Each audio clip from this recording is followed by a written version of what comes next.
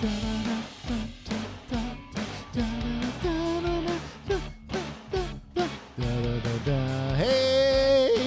Good morning. Welcome. It is well to see you. It is good to see you. Welcome to Keeping Up with the Cardassians. This is Nick. This is Rob. This is Joe.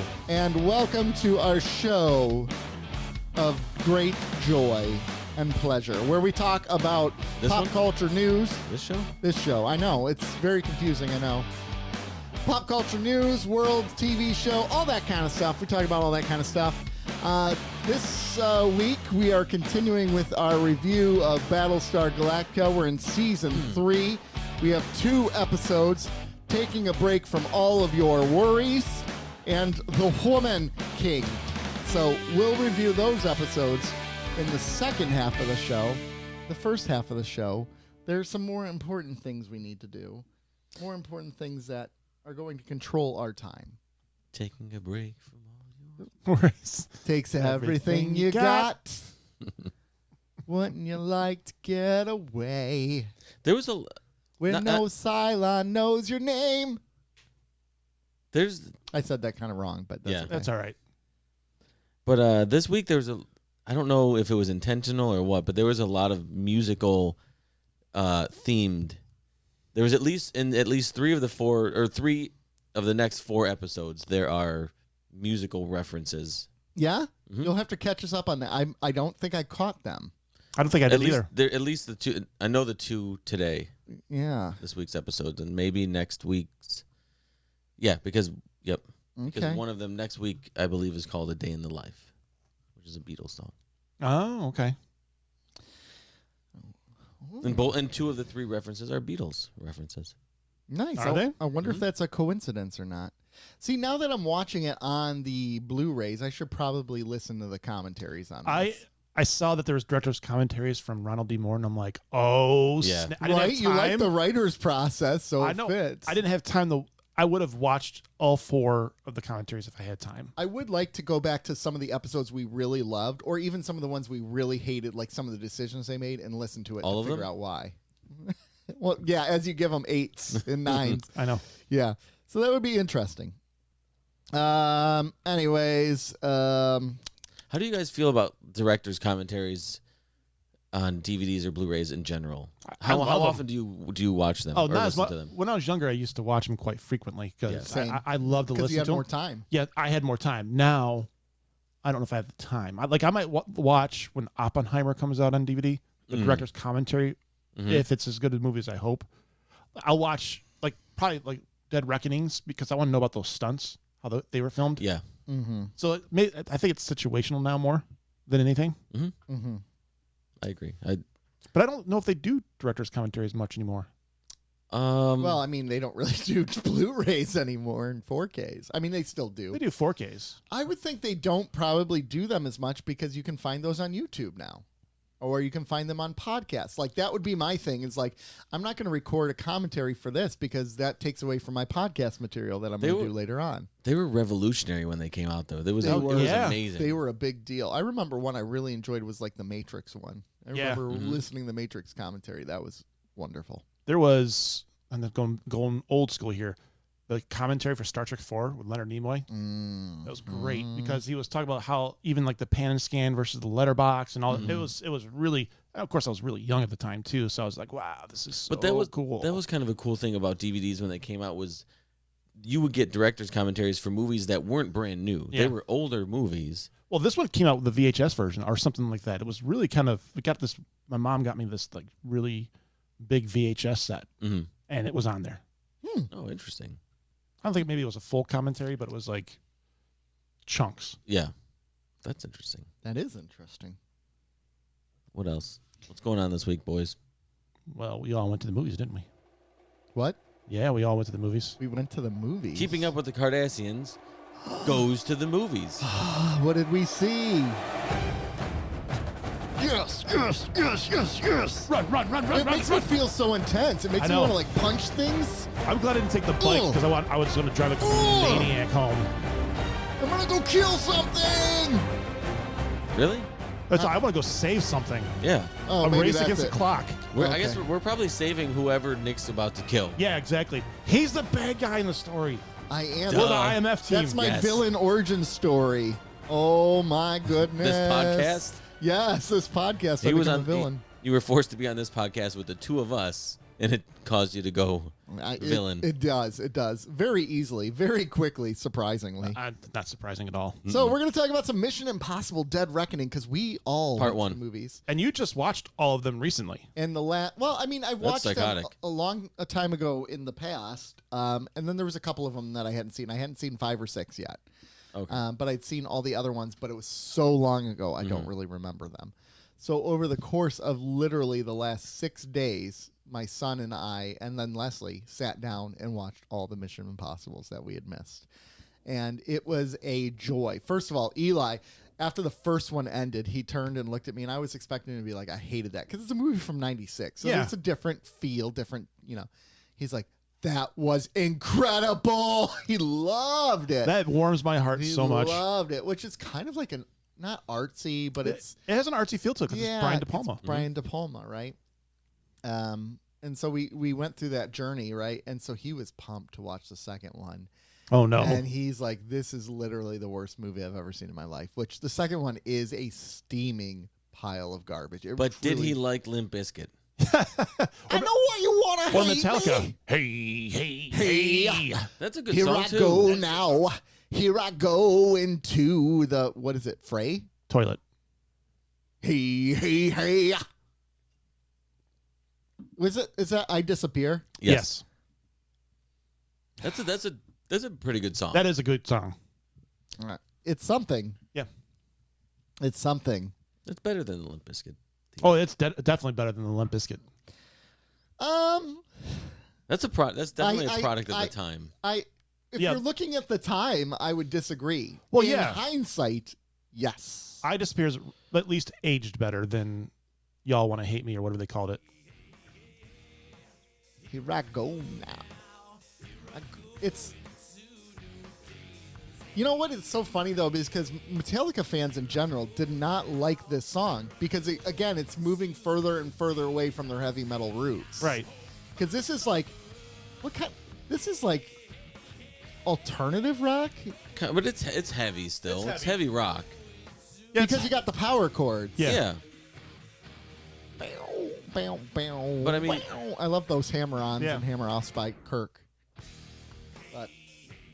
And it's a cool music video too. Yeah. Where they're all pretending to be spies. Yep. Yeah. That's a pretty cool one.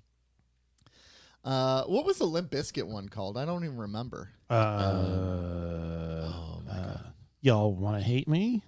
Because hey, Is it? I don't know. it's not Take a Look Around. No, it's not Take a Look No. Around. Or is it? Yes, it is. It is? Is it? Take a Look Around. Why, really? I wouldn't have thought that. Wait, is it? Because it says Mission Impossible 2 theme. Okay. play Yes, it Play it. is. All right, hold on. Here we go. Give me a second.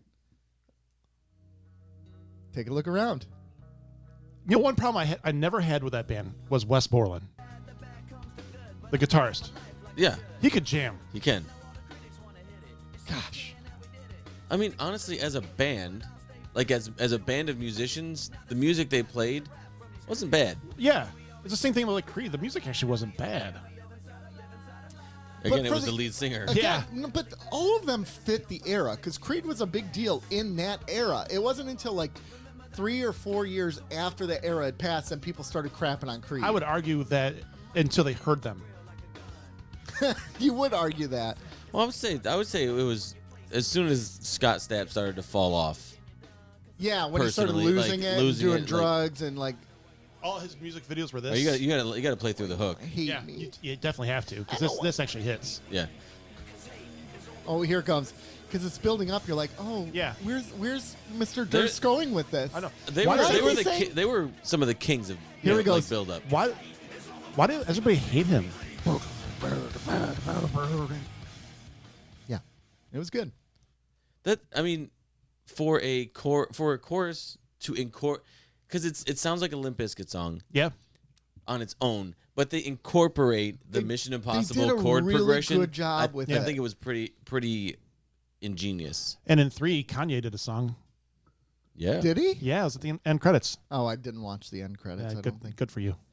Yeah, I don't like Kanye. I mean, I don't think really many people do like Kanye No. these days. People liked him back then. Back then, he was it. He was Because when did 3 come out? That was 2004. Oh, he was. was it that early? Was it like 4 or 6? Let me see. It was 2006. Yeah, see, because there's a long gap between 2 and 3. Yeah. So he was 2006. He was already really popular. Oh yeah, he was the bee's knees.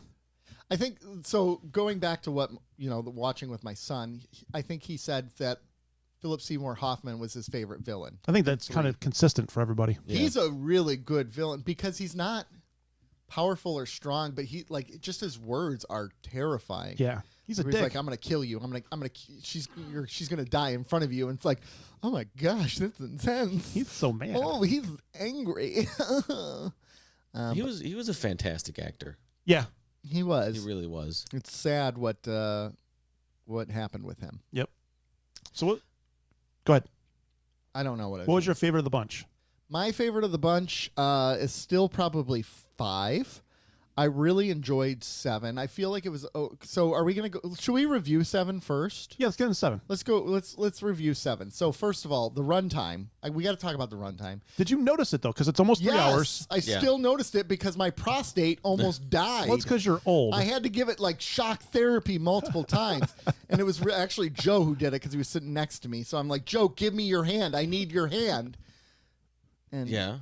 You said give me a hand, and I said anything for you. anything for me. Yeah, and he helped me out. See, it flew by. Like, so when I saw John Wick 4, I was in your shoes then because I was ready for a John Wick movie, which is under 2 hours. Yeah. And then it was like 2.5, 2:35, and I'm like, oh Yeah. my gosh. So this is what 242. Yeah, somewhere around there. Let me look at the actual runtime. It is 2 hours 43 minutes. Well, let's just put this out there just in case. We might spoil some stuff, depending on how much we talk about it. Yeah, we'll probably spoil some minor by not big time stuff. But by this time you see this, it's already been out at least 10 days. True? No, False. It's no, been out 5, because it came out Wednesday. It came out Wednesday. Also, box office was softer than they thought it would be for this. Yeah, but that's what is happening. That's the trend. Who is projecting these box offices? I know because originally both The Flash, Indy, and this movie were expected to do with phenomenal numbers. Oh, they're just see, not. I don't feel like the Indy was ever expected to do phenomenal numbers. really, Well, it's I agree Indiana with you on Jones, Flash. though. It's Indy. It's Harrison Ford. It's George Lucas. It's Indiana Jones. Yeah, because George Lucas was actually involved in this one a little bit. I think he was. Him and Steven Spielberg. Mm-hmm. I don't know. So but it just seems like the projections are missing the mark Big time. pretty badly right now. Big time this year. Yeah. And I don't know if they're just overestimating or if I don't know what's I can tell you happening. that if I was a studio right now, I'd be trying to pace my movies out a little bit further right now with the strike going on too. Oh, yeah. Because then you could capitalize on drought Oh, that's going to happen. They're going to start pushing movies out. and Like, maybe re-release. get ready for. Oh my goodness, we're gonna see the original cut of Batman Forever. They're gonna release it in the theaters. Schumacher the cut. Schumacher cut, and we're gonna see a re-release of Justice League, The Zack Snyder the version. Zack Snyder cut, and we're gonna see what else. What could be another? Justice League, the Key Grip Boys. The key, yeah. That would actually. I would feel like some of these studios would be smart to take some of their streaming content and release them in the theaters. Oh, yeah. Like some of the good streaming ones that have been a big deal. Well, we saw the preview for A lot of Apple TV stuff. well the Apple Plus movie With with Leo DiCaprio, the Scorsese movie. yeah. What's the name of it? Broken Flower or something No. like something Yeah, of flowers. Kingdom of the Flower Moon. King of the Flower Moon. something like yeah. that. Yeah, let me look it up. But that one But that's looked- an Apple TV Plus or an Apple Plus Right. film. And is that I'm assuming that's going to get a wide release? I don't know. Killers of the Flower Moon. Killers of the Flower Moon. That's it. But like if you even look at But Netflix. wouldn't if you were going to go see that, wouldn't you want to see it in a theater though? I don't know because I'm not a big drama in theaters sort of guy. I'd rather see dramas are on TV for me. Action movies like Mission Impossible theaters. We've talked about that before. But then Right. it looked It looked good. good. Like it melded It looked good. drama and action pretty well. Well, Yeah, that's a good point. I know they don't really make It's a gangster film, so there's going to be bits of action. I know they really don't do epics anymore, like the big sweeping epics, but that's something you would have to see on a screen too. Like Oppenheimer. Oppenheimer. Yeah. I feel like Scorsese films are generally epics. Yeah, I feel like they're That's a film. good point. That you're right. You're right. Barbie has to be seen on the big screen too. I want. Oh hell yeah! So we Barbenheimer. are still missing on our review, but We'll get back. it. But AMC has sold 20,000 tickets for a Barbie and Oppenheimer double feature. Like, so one starts right after the other. Barbenheimer. I would totally do that. Which one would you want to see first? Oppenheimer. Yeah, because Definitely then I need Oppenheimer. something to feel better about life after I see the depressing Oppenheimer. Yeah, that's why. That's Because my, we know how that story ends. It's not great. It ends with a couple 100,000 people dead. And What are you gonna do? Mistakes were made. I yeah, don't know. mistakes were made. It happens. But I'm really excited about that one. That movie looks damn good. There was It- another. Was that a newer trailer? yeah, it's newer trailer. Because I was like, I don't Yeah, think because it kept going in 5 days. Or Yeah. oh, and it's like it was kind of doing to me what the Mission Impossible theme did at the beginning of this episode. I was getting pumped. I'm like, let's just go in a time machine a that couple was days in the a future. great trailer. Yeah, I'm more pumped to see that than I was to see Mission Impossible. Okay. But that makes sense, bearing that, like, I've been hearing about this Oppenheimer movie for years. So anyways, back to Mission Impossible. Bloated runtime, in my opinion. You not so much. It cruised by for me. You, I take issue with the runtime because it's just long. But I will agree with Rob that it didn't feel as long as it was. It didn't feel like there was a lot of fluff in there. But there there's was not. There were scenes that could have been shorter than they were. Yeah. The train car scene at the end could have been. They could have cut a little bit out of that. I mean, A they little didn't need to bit. go through 4 or 5. I kind of see. It Rail felt, cars? but it felt like a Zelda game where it's like, okay, we're going to this dungeon and this is how we're going to solve this dungeon, and then they go to the next one. It's See, I liked it because each time it happens, it becomes more and more intense, and then I start thinking, are they actually going to kill off the female character? Right. Because that would give Tom Cruise like impetus in the next film to like kick Well, it he should have impetus in the next film regardless. because of Ilsa. Yes. Yeah. well, it's part 2 also. yeah. Exactly. So, yeah, the train scene. I mean, but there was some excellent action sequences in this one. The car chases were incredible this time, and So- some of the car chases have been pretty boring. And the other, not boring, play by numbers. I don't know. Okay. Yeah, these were unique. I loved it. I want to know how they filmed the Venice car.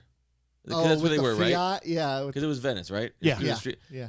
I will say that is one of the probably 3 best car chase scenes I've ever seen in film. Well, and It was yeah, incredible, and it was probably 10 minutes long. Easily. with them in At the least, handcuffs, probably maybe swapping seats Yeah. back. I mean, and maybe forth. 50, and it had everything. It had a little comedy. It had. Oh, it was yeah. really intense.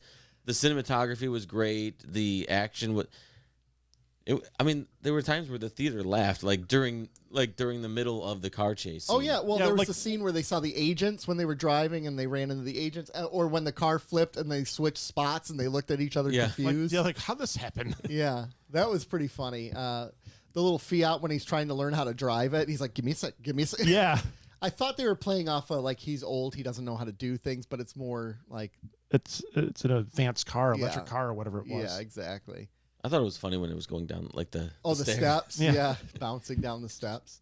That was pretty cool. But I want to know like how they filmed that. how practical, How practical it was versus how much CGI there was. Or See, stage work. Stage work. Yeah. This goes back to the conversation earlier about DVD commentary. This would be an interesting. There's probably one. gonna be something on YouTube for that, but I'll buy the DVD for this or Blu-ray, 4K.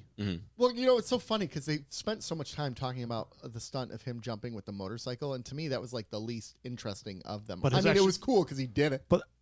It's But- funny because everybody's saying how that's the most dangerous stunt ever done, and like watching it, you go, that doesn't seem that dangerous. But then you hear like the stuntmen talk about it, and they're like, yeah, that's insane.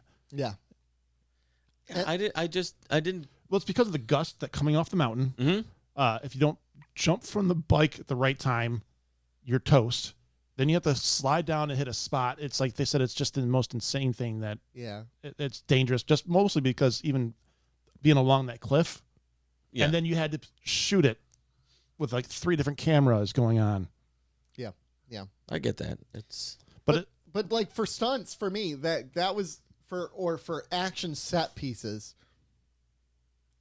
I guess in a vacuum that stunt is like Cool. really cool, Yeah. really intense, really dangerous. But in totality, like in the context of the film, it didn't carry the same weight that Yeah, it did sure. if you broke it out and said this stunt versus this stunt. Yeah, it didn't stand out like the Burj Khalifa or Yeah. Burj, Yeah. or on the side of the plane, The plane, yeah. That Yeah. was yeah. or hell, the helicopter chasing Fallout. Yeah. Yeah. I mean, it was still great. And I liked the payoff for it of him crashing Yeah. through the train. That was pretty good. Yeah.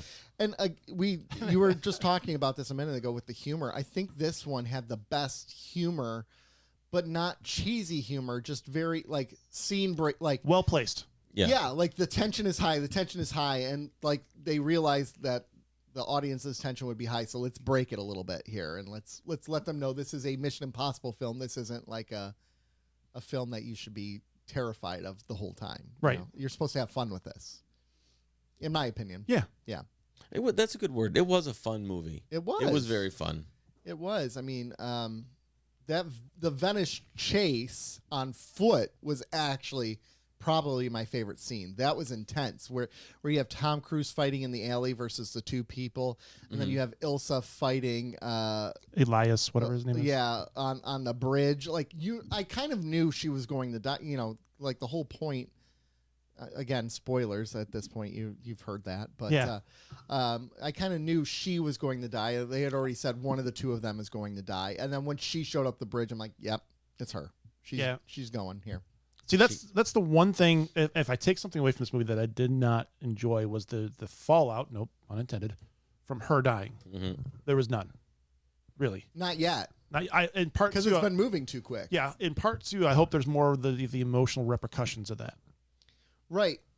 Well, and one thing I actually do appreciate about this. So I was arguing with Leslie about this after the movie. Not arguing, but talking with her. And maybe I was mentioning it with you too. The band? I never understood the relationship between Ilsa and Ethan. But then I read reviews. It's like, no, it's a friendship. It's similar to like everything that they've done together would be very similar to like he would do that with, Simon Pegg's character or Ving Rhames' character. Yeah, they've been pretty consistent with Like- with his bond with his team. Well, even Yeah. like when they were looking Even the original team. Yeah, when they were looking over Venice and she comes out and she kind of just hugs him, but it's not a romantic hug. It's like But at the end of kindred Fallout, friendship. they definitely implied it was romantic, especially with his wife. Right, exactly. And then there was also the moment where she's like, I wonder how you were able to get the White Widow to agree to this. Like, Yeah. and it was like kind of like Yeah, he did. jealousy wink, a little wink. bit. Yeah, Yeah, it was he like did. it was like a jealousy thing. Or on her maybe part it was a relationship that couldn't consummate because of their situation. because of their situation. Or because there's no time. Yeah. Yeah. There's no time to consummate anything. But now they're implying that this next one will be his romantic interest. See, I don't know if they're going to do that. She's definitely going to become an agent. Yeah, she's definitely going to become an agent. Yeah. Yeah. And can we appreciate Haley Atwell for just 1 second? Mm-hmm. That was a good second. Yeah. Thank you. Thank you for that.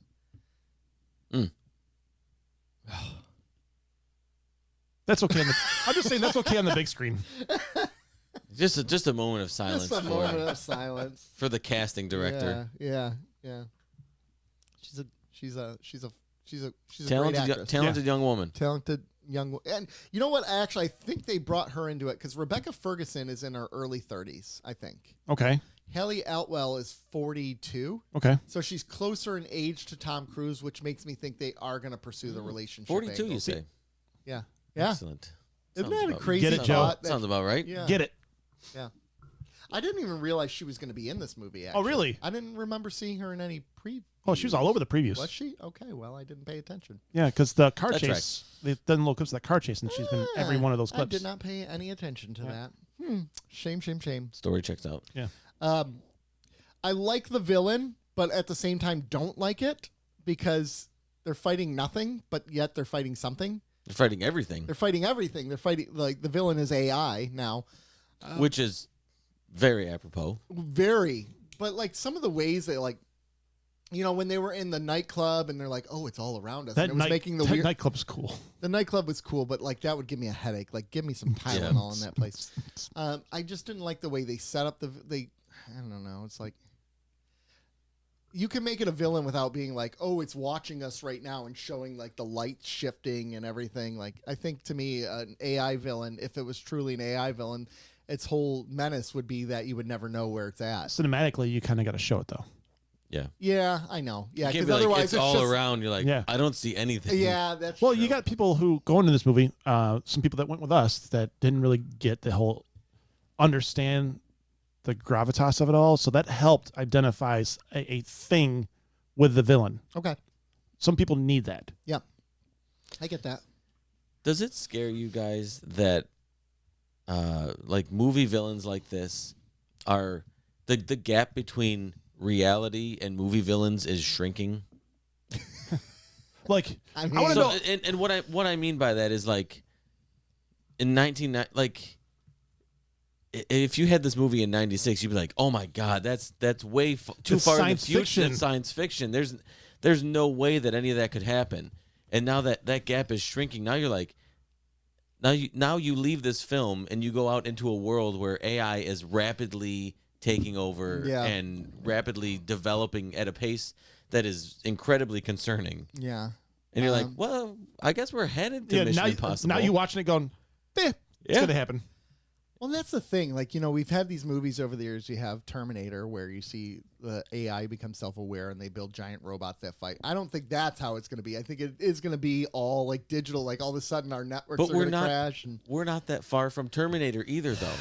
I know. Or Battlestar Yeah. Galactica. Cylon's coming to get us, right? But I mean, we've all seen videos of like robots that run and Robots jump in disguise. but they are in disguise. See? Sometimes they're not even in disguise. Oh, wow. That's the scary part. You ever They're see like just the there. robot dogs and like it just It's terrifying. It's sex bots. I mean, It's crazy to now think. now we're talking technology. yeah. But like how much technology that you depend on now has like is connected to the internet in some shape or form. That's what really scares me. It used to be technology was all isolated, but now it's like no, like even your printer is connected to the internet. So all of a sudden you can start getting threatening printed messages from AI like I'm watching you you." suck, Rob. It prints out from the computer and you're like, "Oh no, it's coming." It would've for been me. And Great it if says you- dash Nick. Yeah. It Like, would have damn been it. great if you would have programmed something to print out just now. We're going Oh, I to know. post edit that in. Yeah, nice. AI. So we can let's all do this. You need to edit in the scene from The Office where Dwight's getting faxes. The fax is from the future. from the future. From future Dwight. The coffee is poisoned. That was good. That was a good one. Yeah. Future Dwight. Oh my gosh. Other things in this movie. There was some things that were a little. I don't want to say confusing, but just didn't stick the landing the way they wanted to. For instance, with all of the major intelligence officers together in that office and trying to figure out like who's the good guy, who's the bad guy. I know the point is like they all think they're the good guys, but Yeah, in doing this, they're all they become the self-righteous. bad guys. Right, but then you had the CIA operative on the train, the head of the CIA. I'm assuming he was. Kittredge? Oh, no, Carrie Elwes. Yes, I'm assuming he was evil Yeah. because he wanted to create a whole new nation. Yeah, He wanted to take down the United States. He was evil. He had his own agenda. And Kittredge is just doing what he thinks is in the best interest of the U.S. Yes. So he's not evil, but he's not really good either. Well, he's misguided. That's the way is no country should have this power. Whereas Kittredge is feeling like the USA would do the right thing, which, I mean, as we see now, probably no country should have that power. Yeah. Right. So that's why, like, the other guy was in the other team, when he's like, maybe Hunt's trying to do the right thing. Maybe he was trying to do the right thing. You know what I mean? Yeah. Maybe he was. Maybe he was. But Kittredge was in the first Mission Impossible, if I recall. Correct. And that's the only other one he was in. Kittredge, you haven't seen me very upset. Yes, but that's the only other one he Correct. was in. So what happened to him between the films? It doesn't matter. They had a Okay. different director every movie, Retired. Okay. except for Gotcha. Alec Baldwin came back for 6. But Until he wasn't. until he got knifed, Until he got shivved. He got shot.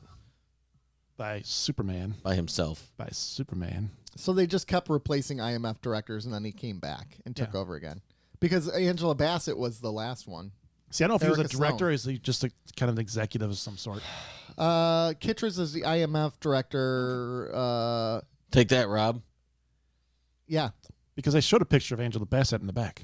But she Yes. was the director of the CIA. Oh. Remember? That's right. She was CIA, not that. It was Baldwin that came over to the IMF as a lateral move. So here's the thing. How does Kittredge view Ethan?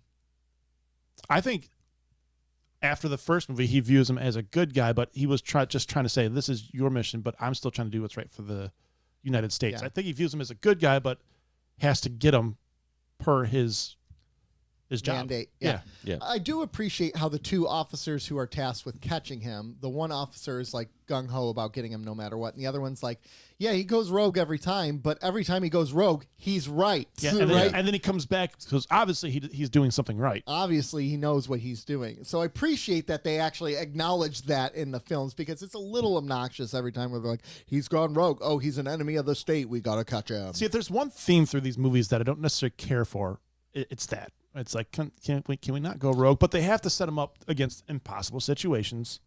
But is it really Mission Impossible anymore? Because every mission we see him do, he completes. So is it really Mission Possible for you, but not anyone else? Maybe that's what they should call it. Mission Possible for you, but not anyone else. I think that you should pitch that. Yeah, I it's think pitch you the should idea. pitch It's a it. little long-winded. It makes sense, though. You have to refine it. Is it impossible? He completes it.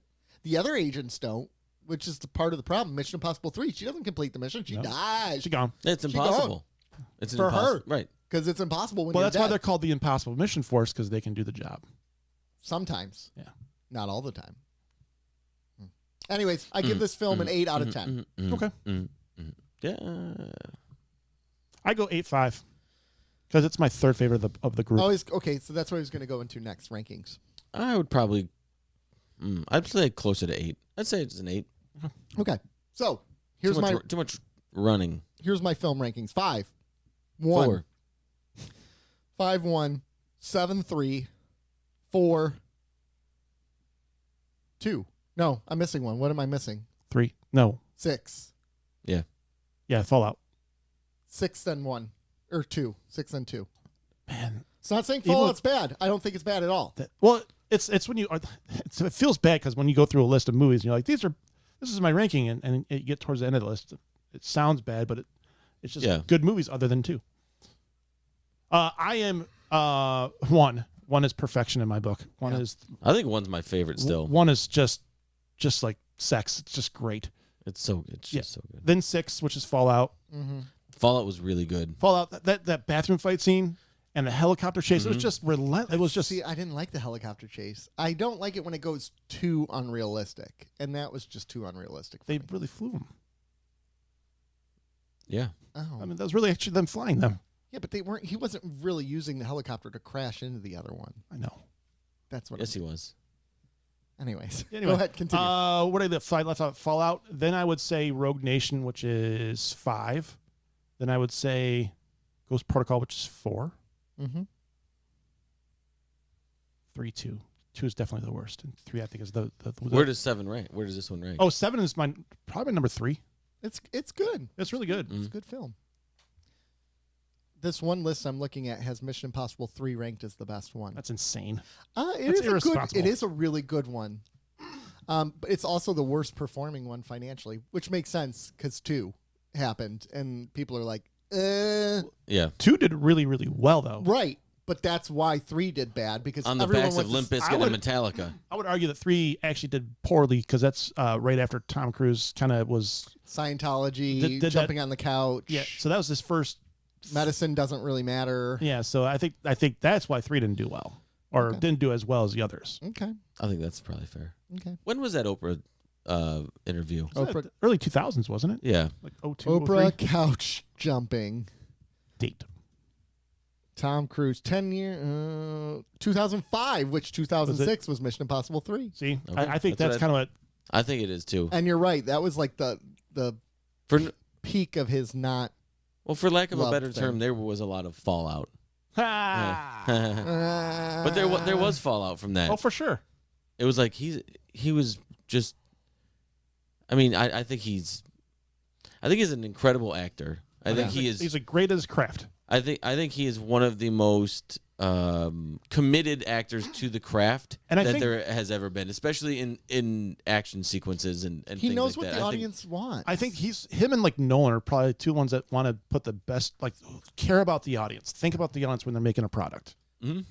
There's a good YouTube video. There's a YouTube content creator. His name is The Critical Drinker, and he reviews films and everything. He reviewed the new Indiana Jones, and he reviews this Mission Impossible, and he gives it glowing reviews. He ripped the new Indiana Jones, but he gives this one glowing reviews, and one of the reasons he says is Tom Cruise is a dying breed, which they care what the audience wants, not what the almighty dollar wants, right? Like they're giving, because if you care what the audience wants, that's going to deliver the second one. Where now you think about Marvel and all these other ones, what's going to make us the most money? Well, worry about the fans first, and then the money will come naturally, in my opinion. Yeah. That's why a movie like this and Oppenheimer stand out, is because a lot of that is practical effects. Yes. Yeah. Well, and also, too, when you think about the Mission Impossible movies, they don't really delve into social issues and implications of, like, what's going on in the world beyond. They do deal with the bigger ones, like AI and stuff like that. Right. But you're not being, like, dealing with women being cast down because men are running everything. And But I feel like they don't beat you over the head with it. But That's what I I feel mean. like But they allow the audience to extract that from the film. And there are strong women in there, right? We have Ilsa Faust, who is Mm-hmm. incredible. Who was the Palm. the girl who was driving the Hummer? Oh She- yeah, the goat. Her name her was first- Paris. They called her Paris, Yeah, her Paris. name, first name, actress' name, first name is Palm, and I don't know her last name. Yeah, but She was was great. badass. Yeah, She was badass. terrifying. Yeah. I think was she thinking had, back like- to Carrie Russell back in Mission Impossible 3. She was good. Like Tandy Newton in 2. Tandy Newton in 2. Yes, Yeah. they've had great. Well, Tandy Newton in 2, I would actually argue with that one because She'd hold her own. she could hold her own, but she was in there as like a sex symbol figure. I mean, she was like sleeping with Tom Cruise. They had a relationship. I think that cheapens who she That's fair. was. That's fair. Right. I think that's my Yeah. point. Like, But- these women can stand on their own without being sex symbols or without being Tom Cruise's love interest. Maggie Q was badass in 3. Yeah, she was. She threw down. She threw down. She was. She was good. Paris. Yeah, Paris is. She was great. intimidating. Well, even the White Widow is intimidating as hell. Like especially Yeah. in Fallout. Yeah. Yeah. Palm Clementine. Yeah. Palm Clementine. Shoot, But Max, the villain, kind of the loose villain in 1 was terrifying. But she was Palm. She was like would she have like 3 lines? She had like She almost didn't no talk lines. much until the Yeah. end of the movie. Right, but then I mean, she was in Her presence Her was felt. presence was felt. It was she was menacing Yeah. throughout the whole That's a movie. good word, menacing. She She was drive the great. shit out of that Hummer too. Yeah. And she was smiling the whole time. Like, I love that. That's what made That's it so how terrifying. you know she's psychotic. I know. She's having fun doing that. Yeah. She's having fun. It's like it was like real life GTA, just mowing down Italians in the streets of Venice, and she's got Mamma mia! grinning ear to ear. It's a Mario. It's a Mario! Hey, I got it! They should have put some cameos in there. Oh my gosh. we could- Bob Hoskins. Oh, I'm gonna too soon. I want to re-edit that scene to put like Mario jumping over the Hummer. going down a pipe, the sewer. Anything else for Mission Impossible 3? No, I'm probably gonna go see it again. Josh wants to see it again, so I'll probably go see it again. I might want to see it again. Actually, Josh. too. When does part 2 come out? Next year, It was supposed to be same time next year. but we'll see because It's not- production just stopped on Yep. it. Oh, son of a bitch. Well, tell Cruz to dig into his pockets and keep it going. I He's could got- see him doing that. I could see him doing. He's got a quadzillion dollars. Yeah, I could see him doing that. He should dig into that Scientology money. They got more. They got more money than they know what to do with. I Yeah, know. they do. They really do. But you gotta get actors performing it, and Now, I want to say one thing. I don't know if you guys noticed this, but I've always noticed it because it's ever since it was pointed out to me, I can't not notice it. Is the way that a lot of scenes are shot with Tom Cruise. They're shot to hide his height. Oh, absolutely. yeah, Yeah, absolutely. So you don't see a lot of like, because he's 5'6", I think, or something. because I mean, but you don't see a lot of like profile shots where there's one person and one person. Mm-hmm. Yeah.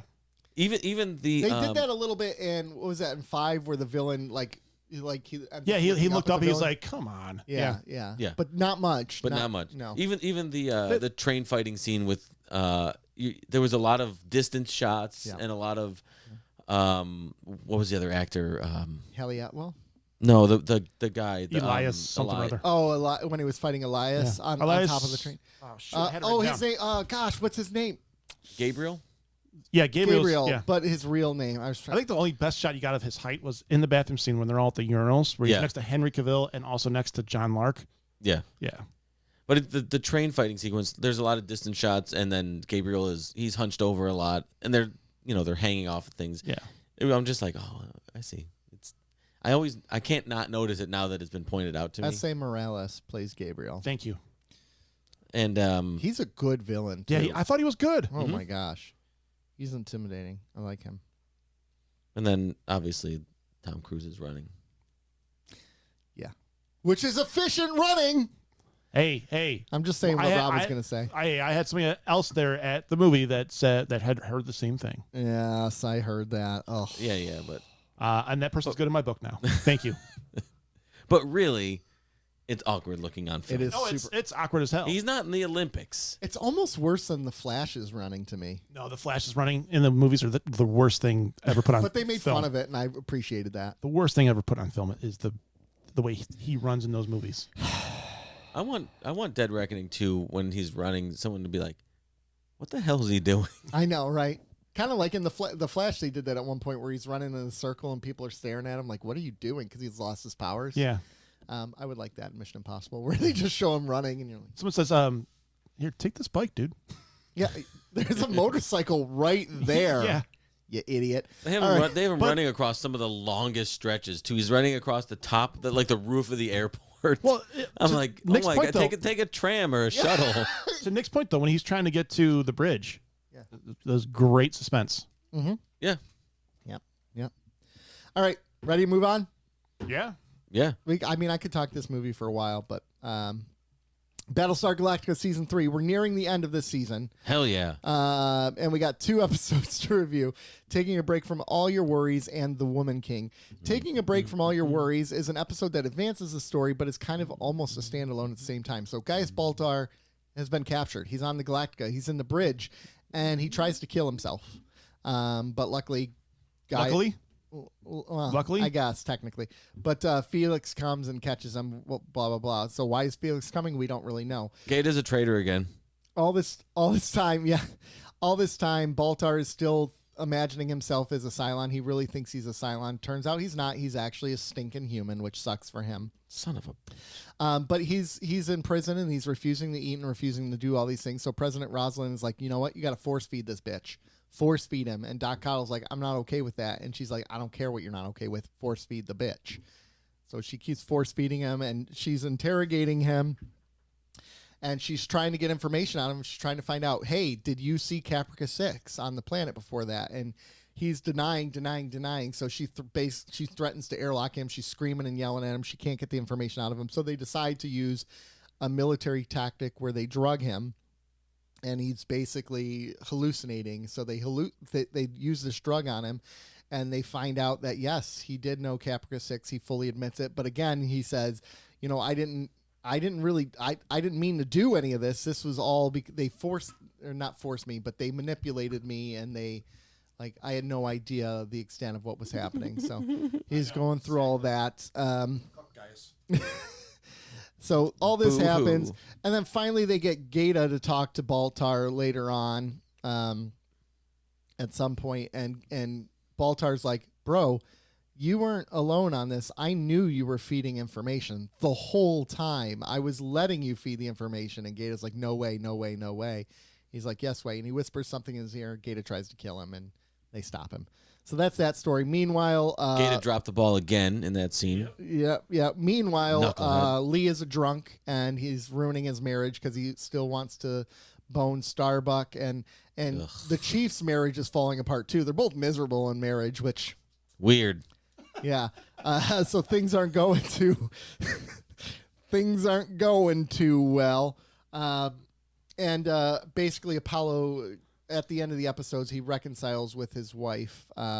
He's like, I can't live without you. Boo, boo, boo. I love you. Basically. Nailed it. And then at the end of the episode, Rosalind talks to Six and says, hey, will you testify against Baltar? She's like, I'll promise to protect you. And Six is like, like you protected Leoben when you airlocked him? Nah, we out. This is different. This is different. And so ends the broadcast version. So that's this episode. It's a lot of, again, we're slowed down again. I mean, this is a slow, I warned you that in the middle of season 3, it slows down pretty significantly. And we're there. Yeah. But not, I mean, it's still advancing the story. Somewhat. Yeah. I don't know if it's how, to me, I don't know if it's advancing the story, but it's definitely putting some pieces in place. Kind of nudging along. It's coloring the picture. Scoot along. One of the things I appreciate about this arc now is for so long the threat has been the Cylons. And now we're turning into the threat being themselves, right? That's what it's becoming. They're destroying their own society. And we'll get more into that with Dirty Hands and all that. But I think that's why I really like these ones, because for so long they've had an enemy to fight and they didn't realize what they're becoming in the meantime. They're all becoming dirtbags, and they don't realize it. I've been telling you guys for weeks, weeks that these are all scumbags. They all are, Except right? for Dama. I mean, Bill. yeah. Well, I don't know. His torture scene is not the greatest of Baltar. I'm fine with it. But again, you it's said Baltar. It's Baltar. It's Who Baltar. cares? What are you gonna do? I kind of dig the way they did that torture scene a little bit, like on the budget that they had. No, Yeah. I don't want to pull the curtain back a little bit on our show, but we are recording 2 episodes today, right? What? Don't tell him that. So we have watched 4 episodes. Yeah. And so this week and next week, I want to. There are some scenes with Bill Adama that I don't know if I like them. They were really out of character. Okay. Dirty Hands. Yeah. Yeah, the last episode. Yep. Actually, to me, that was in character. But we'll talk about yeah. that. It was in character, but We're not there yet. But this one too, the torture scene. Yeah, the torture scene with him. But But it's Baltar, right? it's Baltar, so fuck him. Cracking deal. Right? It's Exactly. Baltar. I agree. Frack him. Yeah, frack him. It's Baltar. But He's not getting any. Baltar is not Okay. getting any sympathy from me. okay. This goes. I was gonna go here because again, like, this is a guy. Like he says it to Gata. Like, you never had a gun held to your head. I had a gun held to my head. They were gonna kill me. He would have You done had it a choice. regardless. He You had put a, himself in that position. but Gata had a choice. He could have walked away. Now, would he have been thrown in a Cylon prison? Like, Would he been able to like help the Zarek resistance at was? all? No. Right. Exactly. Right. But Zarek would have wanted to help the resist. I mean, like, Zarek is in a prison. I know, but he took a stand. Yeah, but he's in a prison. You can't make the decisions time after time after time that Baltar has made, and then he was coasting high on the hog when he was in power, wasn't he? Yeah. And then all of a sudden you can't cry foul when you're like, I had a gun to my head. There's a different. No, he was high on the hog until the Cylons invaded. Yeah, that's what I'm saying. You can't. He's high on the hog after that. Because he wouldn't have made any mistake. He'd keep on making stupid-ass mistakes and never learn from He it. wasn't making mistakes. He was being forced to do things. And so he was I'm saying, talking I don't want to do this. You're forcing me to do this, I'm which taking the was entire true. run of the show. He makes a lot of, yes, he does. But does that make him evil? It makes Yes. him dumb. It makes him an idiot. No. It makes Because him... He's not evil. Yes, he is. Because No. I'll tell you why. Because 'Cause you're wrong. No, the reason he's Ah, doing nice. it isn't because he's incompetent. It's because he's deceptive. And he's self-serving. He's doing it on purpose. He's narcissistic. So he's evil. He's not doing it because, he just accidentally left a door open, or he forgot to do something, or he forgot to He finish. accidentally gave a nuclear bomb. I to think I was Caprica. just about to say that. Come on. Yeah. So He knew she was going to do something this with it. isn't incompetence. This is completely thought out. And it's that's the thing. self-serving. Yeah. I'm not Yeah. denying it's Most evil self-serving. people are self-serving. Almost exclusively self-serving. He gave a nuclear bomb away. To the enemy. A nuclear bomb, Nick. Have you seen Oppenheimer? Do you know how this story No, I ends? haven't. Not yet. I can't wait. I'm trying to think how to. It's not that I don't view his actions as evil, North Korea's and I don't. a good guy. It's not that I don't think that he should be punished for his crimes. I'm not saying that he should be, but I'm saying everyone's hands are dirty. Why are we all of a sudden piling on Baltar like his? It's not all of a sudden. dirtiest? First of all, we've been piling on Baltar. I Since know the beginning. since almost Yes. day one, Well, since episode 1. And what do you mean everyone's hands are dirty? I want you please explain that, because I if it is what I think it is, I take umbrage. Dolores, Umbridge, no. Okay. Rosalind's hands are dirty. Faked the death of a child, right? Lee's hands are dirty. He's done multiple mutinies against the crew, and he's still serving in it. Let's see. We got. Gosh, there's so much crap that happens in this. Starbucks' hands are definitely dirty. We know Starbucks is. Starbucks a scumbag. Starbucks is scumbag. Ty's hands are dirty. He's done some things. I would argue that almost all of them do it for the betterment of the fleet. for the betterment of the fleet. Yeah, because Lee, for example, anytime he went against it was for the betterment. And you're right. But this is where I don't disagree with you. I don't think. Yeah, I certainly don't view. So saying their hands are dirty is different than saying Baltar's hands are dirty. Yeah. Yeah, it's a whole different kind of mud. I think part of this will come into play when we have the trial of Baltar. I hope they crucify him. I'm excited for this trial. Again, I think this show excels the most. Like when we look back to some of the episodes of the trials they did in the past that were really If he good. gets exonerated, I swear to God, I'm throwing shit. You don't want to be at this house. You're gonna start whipping discs of. I will blow the up. I'm excited for the trial. Well, here's of what it Gaius is. Baltar. I know, obviously, there's 4 seasons of the show. I know he's going to get off, but it's just Hot. I'm going to get fucking so mad. I'm going to watch it outside because I'm going to get so mad. I know because you hate Baltar. I get Is it. Lee gonna fuck this trial up? Is that what's gonna happen? It's oh my god, this fat It's drunk Star- is just gonna screw this whole goddamn thing up. He's Starbucks. Hey, he's not fat anymore. He's but he fat, is a drunk. He's fat adjacent. He is a drunk. It's going to be Starbucks that F's it up. I know, son of a. I love the trial of Gaius Baltar. I dare see you it guys- coming now. I dare you guys to watch that episode with me. I see it coming now. You should watch that one. I want to watch the episode. Can we where do a the- live? it's Can we do like- a live watch? Is this like '92 when OJ was on trial and like some people like the Cylons were all like excited when he was exonerated, and then like the fleet was like pissed off when he was You know, it's like the equivalent. I remember, like I remember watching that in middle school. White Yeah. people Oh, were yeah. all pissed when OJ got off, and the black culture was extremely happy because that never would happen Right. normally. Same idea, right? Like Baltar's black. Baltar's black. Wow, interesting. All right, so what? So we got Lee as a drunk. Do we care about that? No. Do we? I actually really like this episode. Sans some of that. Some of it was good though. Yes, it's some of that. You know, it's the love triangle part of it that I didn't like. I like the part where it's like, Lee, you're neglecting your wife, treating her like garbage, going to the bar and drinking all the time. And the bar is kind of cool with the But like all of a sudden there's a Quarks there, or what? Like, I know, what's, right? What's the deal? How long has this been there? They just built they it. just opened at the beginning of the episode. That was the whole Okay, point. okay. Yeah, with the broken Viper in Yeah. there, which was pretty cool. Welcome to the Quarks. Yeah.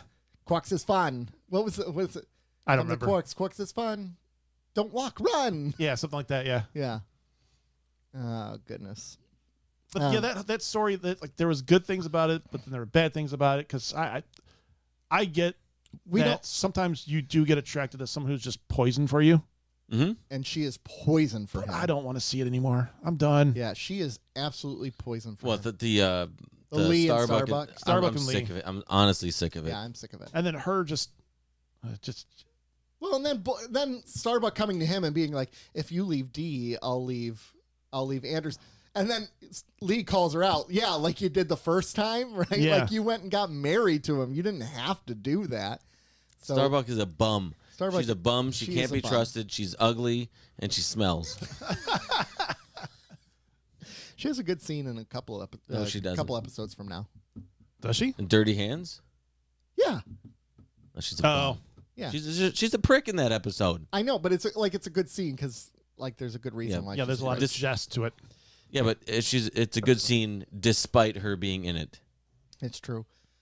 I wonder if, now that I'm thinking about this, it's fascinating because these are some episodes where they're moving away from the primary focus characters. Like you do have Lee's storyline, you do have Starbuck's storyline, but they're also not an emphasis of this episode. Yeah. Which I appreciated. Like if you're going to do that storyline, I don't love that storyline, but if you're going to do it, make it a B story. Don't make absolutely. it a main story. Oh, and they for sure. did do that. So I appreciate that. I like the A story being Rosalind's personal vendetta against Gaeta. I really dug that. The scene... Baltar. Yes. That's my personal vendetta. I love the against Gaeta. scene where she hands him his glasses. I didn't like that they had to do the callback shot. I think they had to, though, because when this Because it was so aired... long ago. Yeah, when this aired, you got to remember these are weeks apart. Yeah. Almost a year apart, actually, I think, because the writer's strike. So you Did I have- say that was happening? I think you have Yeah. to do that. Yeah. I did like that, the nice callback to that. Yeah, if you're binging it, yeah, you get it. But if you're watching it in gaps, that was needed. It just, yeah, you're right. It's just when they show it, it takes you out of the moment of that scene, and then they bring you right back into it, and it's good. Because at first she was trying to do, it was like the stick and the carrot, right? At first she was trying to do the carrot with him, Right. and then she immediately went to the stick, screaming at him, running him down the halls. And I'm like, where's everyone else in the halls? Like they're running the former president, going to airlock him, and there's no one around. Well, you think that would be cleared out for the whole Do you think pomp and circumstance of it all? Yeah, that's true. Security risk. something She is snapped the in president. Rosalind? Yeah, with him, there's something about him that makes her like a monster. Well, almost. I think- not a monster, but like When she realized that, had that memory of him on Earth with Caprica, Yeah, that changes things. I probably would have been That changes. pretty bitter. And then everything that he was responsible for on the planet, Oh yeah, everything that he did immorally against what something she would do. yeah. Yeah, She doesn't even know everything either. yeah, exactly. I get it. There's still stuff that he's done. I want to do it to him, so I'd be a lot meaner to him than she is.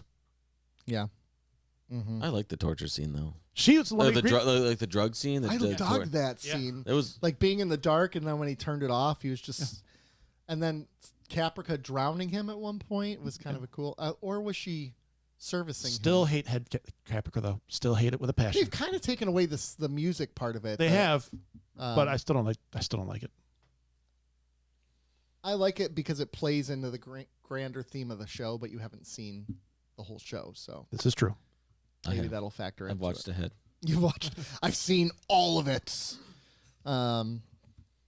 Yeah, the torture scene was great. I like Doc Cottle like having major. Doc Cottle is truly the MVP of this show, I think, He's because he has some good scenes later on too. he does. He's like the moral compass of. Yeah. He really stands by, for the most part, his oath. Yeah. Oh yeah, do no harm all the way, right? I do like how Ty is very much into the torture him or whatever. He's like, about time. Yeah. I love it. He's Ty, though there are some later stuff that he does in these next couple episodes where it goes back to Ty of old, where he's kind of a jerk again. I'm okay with it. He deserves it. He's He's become Hey, more everybody- Nobody's perfect. Yeah, he's become more endearing to me. he should, yeah. He's better with one eye. Yeah. Big I think he just had too fracking many- deal. Too many. Yeah, throw that on again. Big fracking deal. He's a Fracking deal. Canadian treasure. That Yeah. man. Anything else in this episode we want to cover? We're just gonna skip over the use of drugs and torture. Didn't you say anything's good in the time of war? Oh yeah. Okay. I just wanted to know if you guys wanted to discuss it. I don't think it's okay. No, No. I'm fine with it. I know you are. You just want an big excuse surprise. to be like, I'm Big fine surprise. I'm Yeah. totally fine with it. Big fracking deal. with it. Yeah. No, That's what I I'm- say. Yeah. I'm fine with it because he has the information they needed. And it's not like they were killing him. yeah, actually, okay. They could have. When I think They could have. But But they it wasn't. I mean, it was experimental, so they weren't 100% sure. yeah, it happens. I know, but I mean, what are you gonna do? Be like, oh, it didn't work. He's dead. That's a bummer. Yeah. Oh, too bad. Whoops. Well, and you get for everything you guys are saying about Rosin, she at the end, Bill was like, "You can still disappear," and she was like, "No, he'll get his trial." Mm-hmm. So she still has that moral compass in there somewhere. This was okay. So part of the behind the scenes notes of this, the drug scenes were meant to mimic the United States use of drugs in the 60s and 70s, where they were using LSD. Yes. So that's supposed to mirror exactly like Baltar's experiencing LSD in some shape or form. So I appreciated that. I mean, you're tying it into reality. I mean, what the government will do and what military will do to get the information they need. Again, this is why I wouldn't be in the military or could run in government, because I can't make those sort of decisions. You couldn't drug somebody? I don't think I could. I think because of the long-term ramifications of it. But then if again, it was somebody like Baltar, I could do it as a but you career. know how I feel. Baltar's been put in a rough situation. Oh my Jesus God. What is he gonna do? Been put. How has he been put in a rough? Yeah, He here's- deserves oh my God! to be in jail for the rest of his life. All right, Is here's he an idea. guilty of Let's drug him and full-blown have some- treason? Here's an idea. Hey, I have a silent detector. It works. Hey, here's an idea. On Caprica, this lady fooled me. This is what happened. But Hey, he here's an thinks- idea. he thinks Don't it's give a all- nuke to a He Cylon. thinks anything he does is going to result in his death. He's self-preserving. No, he's doing He's trying self-right. to look out for his own needs as well as the needs of He's his people. selfish. There's a difference. I just don't. He was mad, so he gave him a deserves- nuke. he Oh, deserve- I'm he so- deserve- If you think he deserves to be in prison for the rest of his life, why not give him some drugs and let's have some fun? Let's get some information. Well, I mean, I feel like in this situation, it wasn't very much fun for him. I didn't say he's having fun. I said let's have some fun. Let us, Let not us- him. Okay, that's a good point. That's a good. I didn't say let him. Oh gosh, speaking of the scenes of him hallucinating, back to when he was in the Cylon tank with all the people he's killed around him and drowning him, that was a cool scene. I dug that. And it was all mainly children. Not wasn't it? you, but did you think for a second it was it was being revealed that he was a Cylon, or were you? No, not I never convinced? thought that for a second, actually. That he was ever a Cylon? No, I never thought he was a Cylon. I thought there would be, I don't know what I thought the hands we were going to see were, but I not for a second. Have did I ever explained to you why I thought he was a Cylon? I don't remember. Okay, so, and I don't know, this might be the dumbest thing I've ever said in this show. It very well could be. Is it better than your Ducat's a good guy? Man, I don't know, but it's a very nuanced thing that I picked up. So everybody, all the humans that are on Galactica or whatever, they always say my gods. They always use gods plural. But now Baltar's using my god. But Baltar uses God singular, like the Cylons do. Well, yeah, he believes in their god now. He believes he's an agent of their god. But has he ever said my gods? Maybe early on. Very early, but he switched.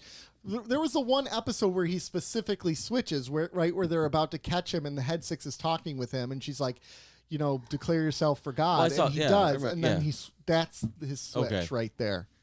So he truly mind. believes Like I said, in the dumbest one thing I've ever God said. now. He truly believes in it. See, I actually don't think he believes in it. I think that he believes in it to serve himself. Okay. I think he's one of the most self-serving people I've ever seen on a television show. And it makes him kind of fun to watch. In my Not opinion. fun at all.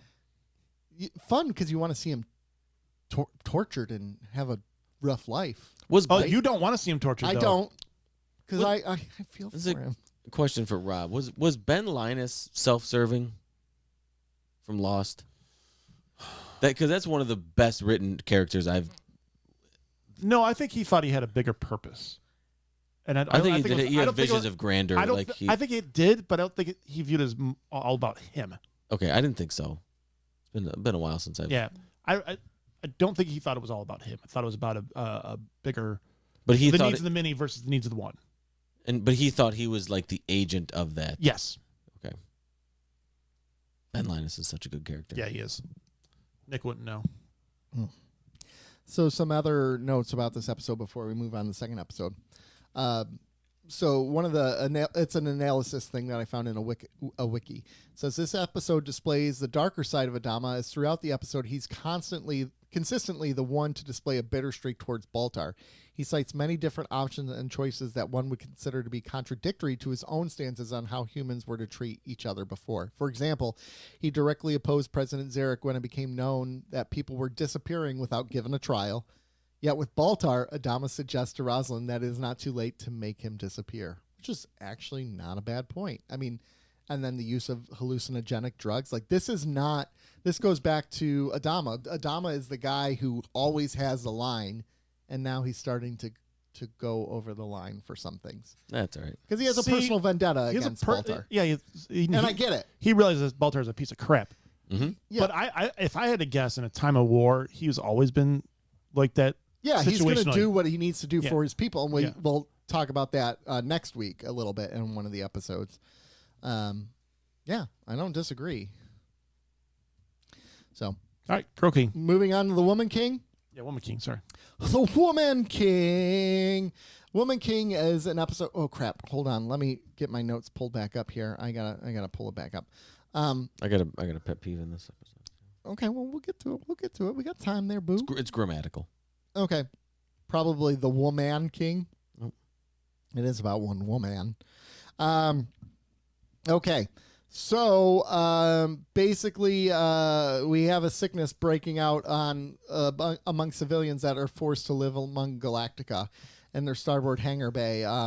It's been nicknamed Dogsville because it's people from Sagittarian, and the Sagittarians are, how shall we say it, religious fanatics. They deeply believe in the power of religion over medicine. They don't want medicine going anyone near them.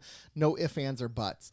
In the grand scheme of things among all the colonies, Sagittarians are kind of looked down upon for this reason. They're viewed as like garbage people, kind of a thing. And they have a doctor. We finally find that there's actual other doctors.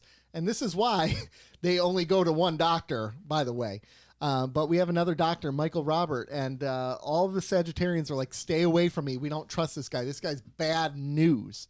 And everyone's, all the fleet is like, all Adama and his fleet are like, no, he's fine. He's fine. They're overreacting. Doc Cottle's like, he's cool, man. He's cool, man. And then Ty, of course, is like, he's my friend. Big fracking Leave deal. him alone. He's my friend. Don't mess with him. And Hilo's like, okay, he's okay. He's okay. And as time goes on, Hilo starts to notice some things, like everyone that he treats that are Sagittarians end up getting really sick. And then for some reason, they end up dying, every single Sagittarian. So he starts to wonder what's going on. And one of the mothers whose son is killed talks with him, and she's like, dude, something's not right with this guy. Like, he killed my boy. He's killed other people. We know he's a killer. And this continues going on and on and on and on until finally one day Hilo's sleeping in bed. He gets a knock on the door, and the woman's like, by the way, they have your lady D. They got D, and D's sick, and she's dying. D's nuts is dying.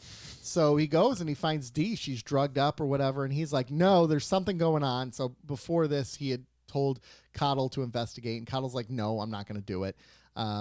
Ty told him to knock it off. He gets punched by Ty, or Ty punches. Hilo punches Ty. Yeah.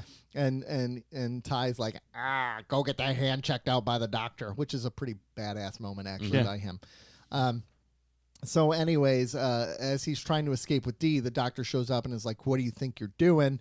And just then, Doc Cottle, Ty, and all them show up, and they're thinking that they're going to arrest Hilo for it.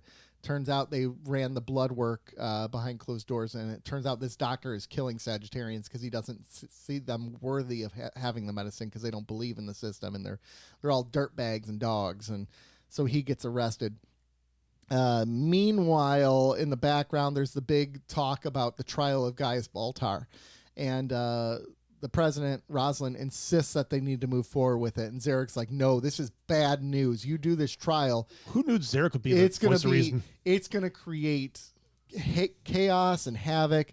You're not going to get what you want to if you do this. And she takes it in the note, but after he leaves, she's like, he's scared. Like, he's scared of what's going to happen. And that's his biggest issue, which is not really wrong. He's a scared little bitch. With good reason after the 4th episode. I think that's about it with this episode. I'm trying to remember if there's anything else. I mean, there's a little bit about D, like acknowledging the fact that her people are looked down upon at the bar. They're all, their people are bad mouthing her people.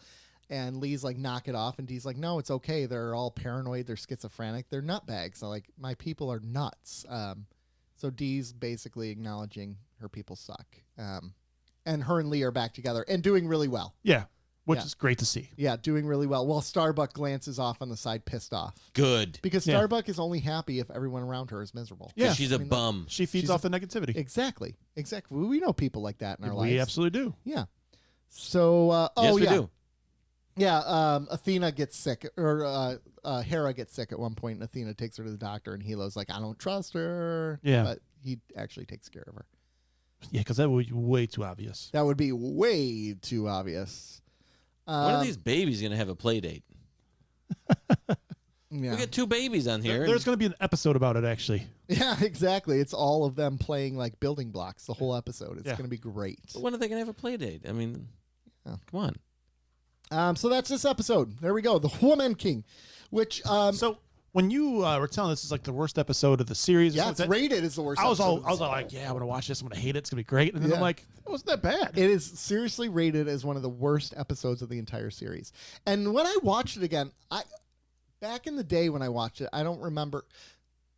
I think I let the words of everyone else cloud my mind because I start like when I that watched it tracks. initially, I liked it, and then as I remember hearing this, I'm like remembering back. I'm like, yeah, that episode did suck, and then I watched it, and I'm like, no, this is actually there's some good stuff in this episode. I was really disappointed I didn't hate it. Yeah, there was some good. I was looking forward to hating it. There's some really good. I mean, we're dealing with race relations, right? We're dealing with things that our current society deals with. Who's worthy of medical attention COVID. versus who's not. COVID. Mhm. Yeah. Did they sanitize the ship? Did they spray it down? Come Yeah, on. lock them all in one area so they can all continue. I didn't think this getting episode sick. was that bad. No, yeah. it was kind of interesting. Hilo Except- continues to be the moral, like the most morally light character of all of them. There's no gray in Hilo.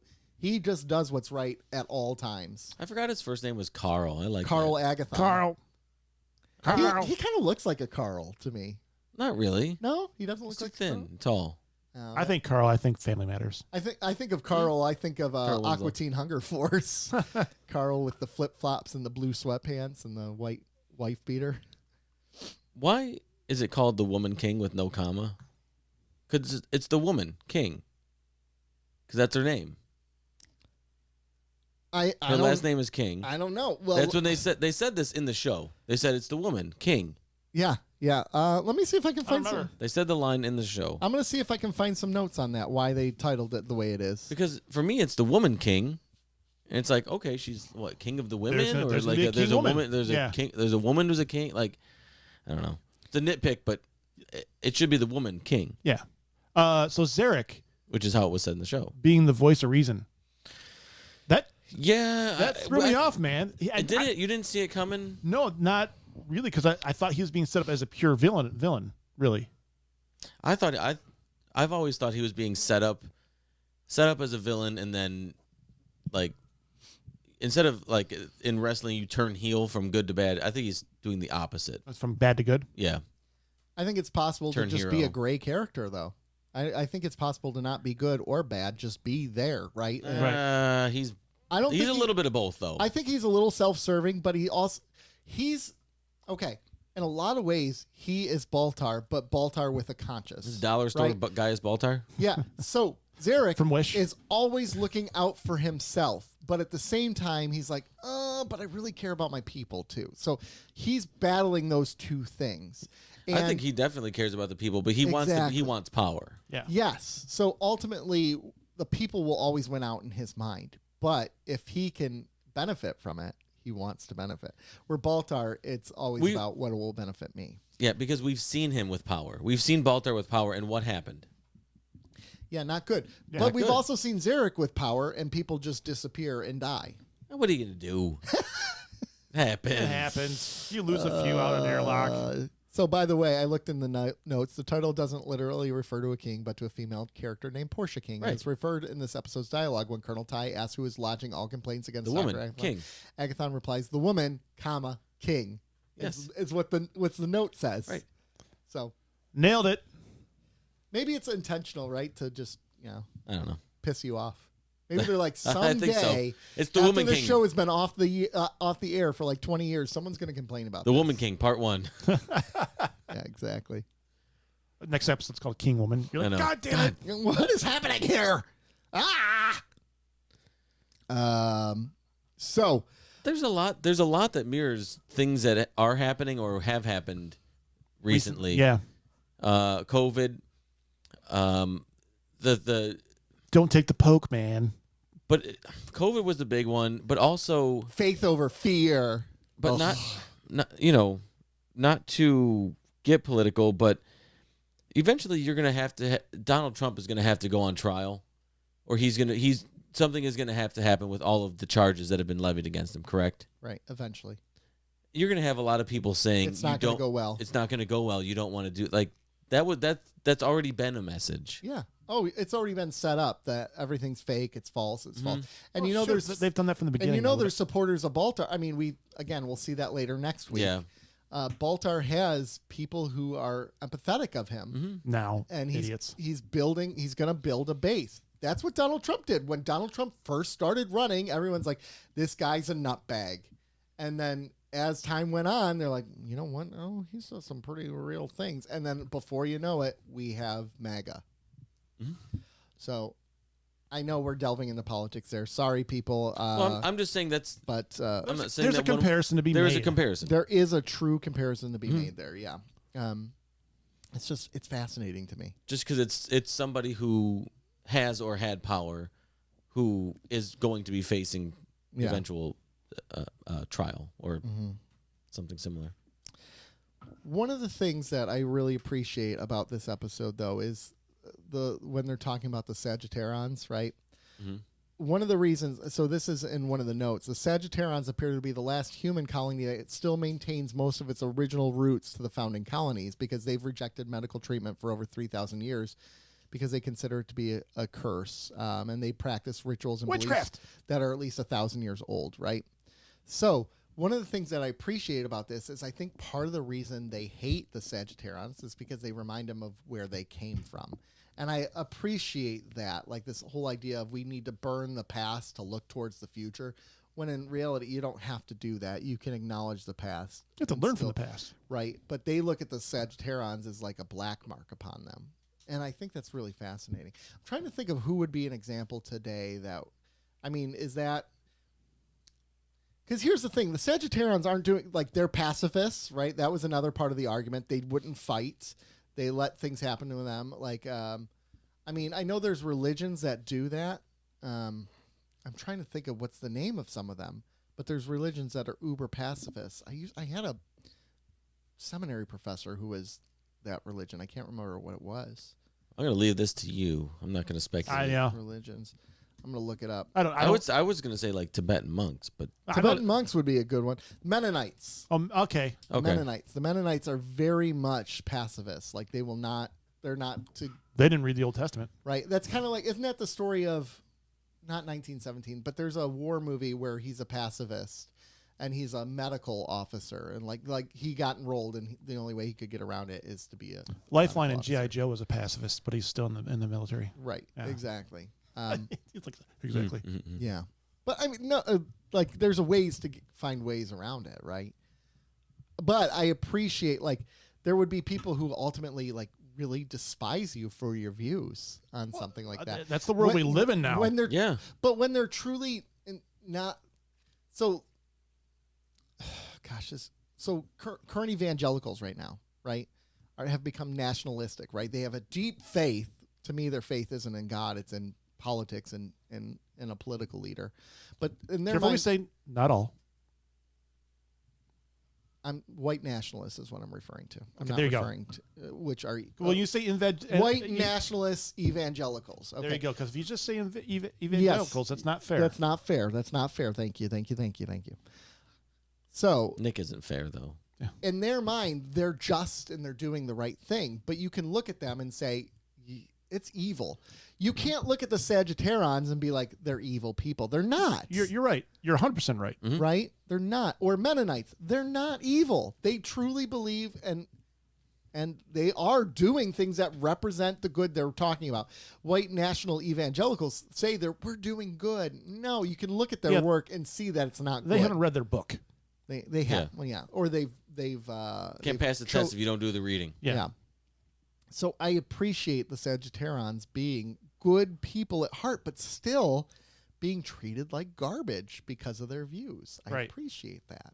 You like good people at They're heart being treated like garbage. No, I appreciate how they acknowledge it's possible to be truly good and still be viewed as evil by everyone around you. Yeah. If 'Cause nothing else, they should that's be, reality. Yeah, and That's nothing how else, you- they're naive more than That's how anything you else. view Baltar right now, right? But I don't view them as naive. I say, not necessarily me, but it's worst case scenario in the show. They should be viewed as just You don't think they're a little naive? uninvolved or unevolved. Well, yeah, yes, in the sense that to me, like, it goes with the faith over fear with COVID. God gave us medicine to heal us. Like, part of faith is relying in the medicines that God gave us. And I hated this whole idea of, if I just believe and trust in God, that things will be okay. What is the religion where they just truly believe? I can't think of. Maynard's mom was part of it. Where they don't take blood transfusions and all that stuff. I can't think of it. I'm drawing a blank, and I know this. It's the most frustrating part about it. Jehovah's Witnesses? I think the Jovies don't. Well, no, the Jovies do. Blood transfusion. They just don't. Jehovah's Witnesses. Okay, that's okay. Hove. Based on biblical readings, they reject it. Christian Scientists as well. I think Christian Scientists is what I was trying to think of. Yeah, they reject it too. Isn't that a little oxymoron? Yeah, right? That's why I've always found their name fascinating, because they're very much not. Mm-hmm. Huh. So, Like Walmart quality. Yeah. Like, what? That doesn't really make sense. McDonald's health food. Bruce Stevenson's character, Dr. Robert, may be a reference to the Beatles song. Yes, Dr. Robert. Is Dr. that what you were Robert. saying? Yes. Okay. The song is about a doctor who prescribes illicit drugs. Yes. The next episode also contains a Beatle reference in the title. So, People rumored to be Dr. Robert were an actual Dr. Robert. yeah. There another guy who I forget his name, but he gave George Harrison and Patty Boyd LSD for the first time at a dinner party, and the most famous is Bob Dylan. Is rumored to be Dr. Robert. Okay. Robert Zimmerman is his full name. So Okay. he introduced the Beatles to drugs as well.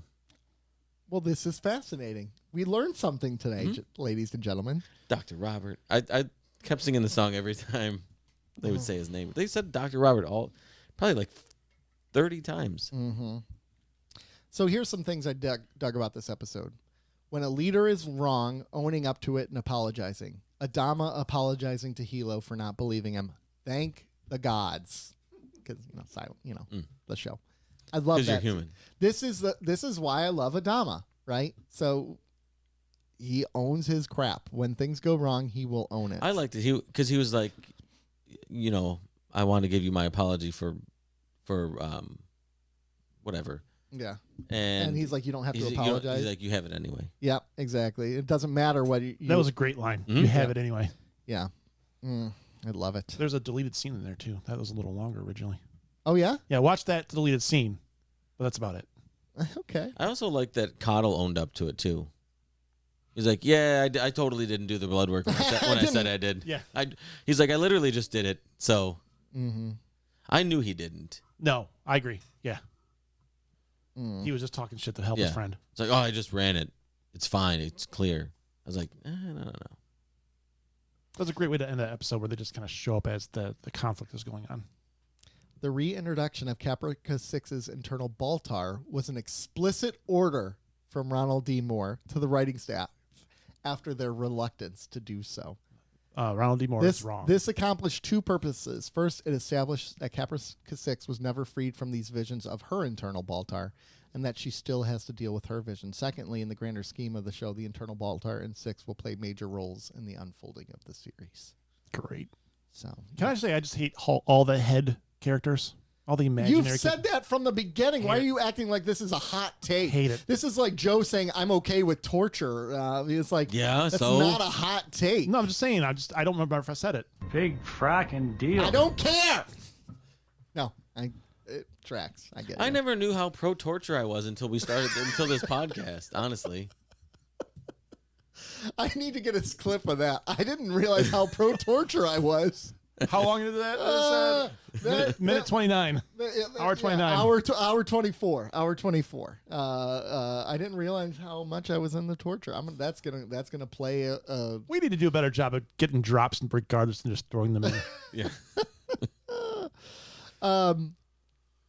So, really, I actually did not think this was a bad episode in the grand scheme of things. No, not bad. It wasn't great, but it wasn't bad. Yeah. Well, I enjoyed watching it all play out. Like, how is Hilo going to catch this guy? And really, Hilo didn't catch the guy when all is said and done. It was Doc Cottle who finally did his job. Hell yeah, Doc. What happened to do no harm, Dr. Robert? I love that, which is a playoff. Was anybody else like, oh, now we get another doctor? He's like, this is our civilian doctor. I'm like, This is why we don't trust. Where the hell was this guy for the 60 episodes? With good reason, we're not going to use him because he's murdering 90. What did they say? 90% of Sagittarians who go to him die. Was it COVID? Was it 6% of the? It was like 6% or something. Of Capricorns. Yeah, yeah, 90%.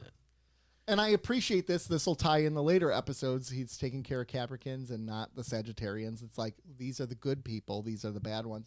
And we focus a lot on Caprica, but we don't focus a lot on the other ones. Zarek is a Gemini. Was he? I don't remember, but yeah, something yeah, like that. where they're kind of like a lawless society almost, and like a gangster society. Like a rogue. Yeah, like a rogue nation. I was just about to say that. Sooner Sooner or later, though, Geist is going to have a dead reckoning. Hopefully. And there's going to be some fallout from it. It really is. Mm-hmm. It really is. And hopefully, he disappears. Hey. Here I go now to the ratings of these episodes. All right. So we got 2 episodes to rate. Let's start with the first one. Taking a break from all your worries. 5. Takes everything you've got. All right. Let me pull up my sheet. You can't see your rating. Sheet. Did you say it's 5? Yeah, I'm just getting it out. Okay, fair enough. You got to warm up. You got before you give it a 10. All right. Let's see. This episode, I didn't like the A or B story. I think the acting was bad. I don't like the characters. 9.5. Yeah. All right. Taking a break from all your worries. I know. I don't think I was far off. I'm gonna go 5.5. I was gonna go 6. See, the first thing when this episode ended, I was like, I really like that, except for the most of the Leaf stuff. But I'm gonna go with 7.5. Okay. Wow, that doesn't happen. you're leaps and bounds ahead of us. That never happens. Oh, I love when. Did you put me down for a 5.5? I love when a plan comes together. The Woman King.